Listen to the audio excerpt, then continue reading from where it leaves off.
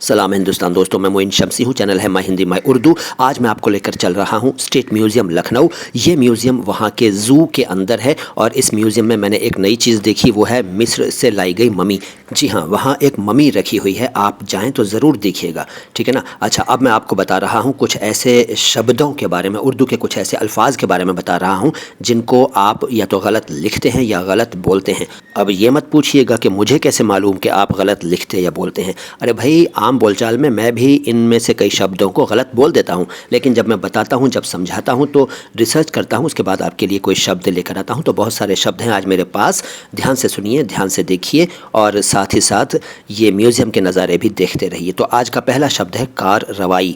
इसको आमतौर पर हिंदी में कार्रवाई लिख देते हैं, दोनों र मिला देते हैं, या उर्दू में कई बार कार्रवाई लिखते हैं या कई बार कारवाई लिख देते हैं। दोनों ही गलत हैं। सही तरीका क्या है लिखने का? सही स्पेलिंग है ये कार रवाई, यानी कार इसमें अलग है और रवाई अलग है, दोनों शब्दों को एक साथ लिख दिया जाता है। लेकिन हिंदी में तो जैसा मैंने सामने लिखा है ऐसे लिखना चाहिए, लेकिन ऐसे लिखा नहीं जाता है। मेरा काम है आपको सही चीज़ बताना, ठीक है। सही चीज़ बता रहा हूँ, ध्यान से सुन लीजिए। ये बना है कार और रवा के योग से। कार का मतलब होता है काम, जी हाँ, उर्दू में कार का मतलब काम से होता है, फारसी से आया हुआ शब्द है कार। और रवाई किससे बना है? रवाई बना है रवा से। रवा का मतलब होता है पूरा करने वाला। कार रवा, काम पूरा करने वाला।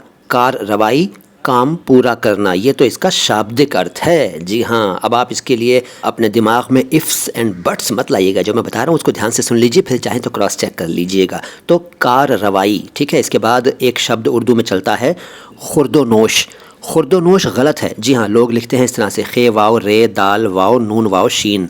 ठीक नहीं है ये, सही तो है खुरोनोश। जी हाँ, खूर लिखते हैं और बोलते हैं खुरोनोश। खुर नहीं यार, खुर मत बोलो, खुर। खुरोनोश। खुरोनोश दो शब्दों से बना है, एक है खुर या खूर, इसमें वाव साइलेंट रहता है, खुर बोलते हैं और लिखते हैं खूर। ये खुर्शीद में भी आपने देखा होगा, खुर्शीद शब्द में भी वाव साइलेंट रहता है। उसी तरह से खुरोनोश है, खुर का मतलब खाना, नोश का मतलब पीना। आपने उर्दू में लिखा हुआ देखा होगा अशियाए खुर्दोनोश, यानी खाने पीने की चीज़ें। तो मैं बता चुका कि बीच में दाल नहीं होना चाहिए, खुर्द नहीं है, खुर है, खुरोनोश, यानी खाने पीने की चीज़ें। खुरोनोश, खुर और नोश यानी कि खाना और पीना, खाने पीने की चीज़ें। अच्छा, एक गलती और उर्दू में लोग करते हैं लिखते वक्त, वो है गरज ये के, मिलाकर लिख देते हैं। गरज ये के, गैन रे ज़्वाद ये काफ गोल है, सब मिला देते हैं, तो ये बन जाता है गर्जी के या गर्ज़ै के वगैरह बन जाता है, गर्जी कह, जो भी पढ़ लीजिए, लेकिन ये गलत है। गरज ये के तीन शब्द हैं, तीनों को या तो अलग लिखना चाहिए, लेकिन सबसे बड़ी बात यह है कि इसमें ये होना ही नहीं चाहिए। जी, सही टर्म है गरज के, गरज के, या गरज के कह लीजिए, गरज के, गरज के, गरज के, गरज ये के नहीं कहना चाहिए, ये की कोई ज़रूरत नहीं है। एक गलती और बताता हूँ, वीडियो को ध्यान से देखते रहिए, सामने जो साइन बोर्ड्स वगैरह आ रहे हैं, वीडियो को पॉज करके उनको पढ़ते रहिए, आपकी जानकारी बढ़ती रहेगी। एक शब्द है ताबेदार। इसके बारे में बड़ी इंटरेस्टिंग इन्फॉर्मेशन देता हूँ, ध्यान से सुनिए। देखिए, आपने अक्सर इस तरह के जुमले सुने होंगे कि भाई मैं तो आपका ताबेदार हूँ, यानी मैं तो आपका फर्मा बरदार हूँ, मैं तो आपका आदेश मानने वाला हूँ, हम तो आपके ग़ुलाम हैं, या हम तो आपके भाई सेवक हैं, भाई हम तो आपके फर्मा बरदार हैं, ताबेदार हैं। ताबेदार, ताबेदार का क्या इस्तेमाल करते हैं यहाँ लोग? ताबेदार का मतलब ये मानते हैं कि मैं आपका फर्मा बरदार हूँ, यानी मैं आपका हुक्म बजा लाने वाला हूँ, आपके आदेश का पालन करने वाला हूँ, ठीक है। लेकिन इसका ये अर्थ नहीं है। जी हाँ, ताबेदार का ये अर्थ नहीं है, यानी कि हुक्म बजा लाने वाला या आदेश का पालन करने वाला ताबेदार का अर्थ नहीं है।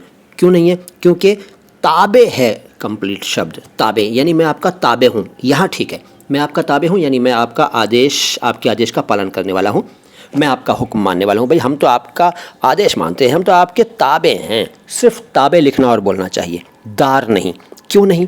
क्योंकि ताबेदार तो वो होता है जिसका हुक्म आप मान रहे हैं। जी हाँ, ध्यान दीजिए इस बात पर, आदेश मानने वाला ताबे होता है, ताबेदार नहीं। ताबेदार तो वो होता है जिसका आदेश आप मान रहे हैं। तो अगर आप किसी से कह रहे हैं भाई मैं तो आपका ताबेदार हूँ, तो इसका मतलब आप ये कह रहे हैं कि मैं आपके आदेश का मानने वाला हूँ, लेकिन मतलब ये निकल रहा है कि आप मेरा आदेश मानने वाले हैं, आप मुझे फॉलो कीजिए, मैं आपका बॉस हूँ, भाई आप मेरे मातहत हैं, मैं तो आपको अपने अंडर में रखता हूँ, मैं तो आपको अपना मातहत बना कर रखता हूँ भाई।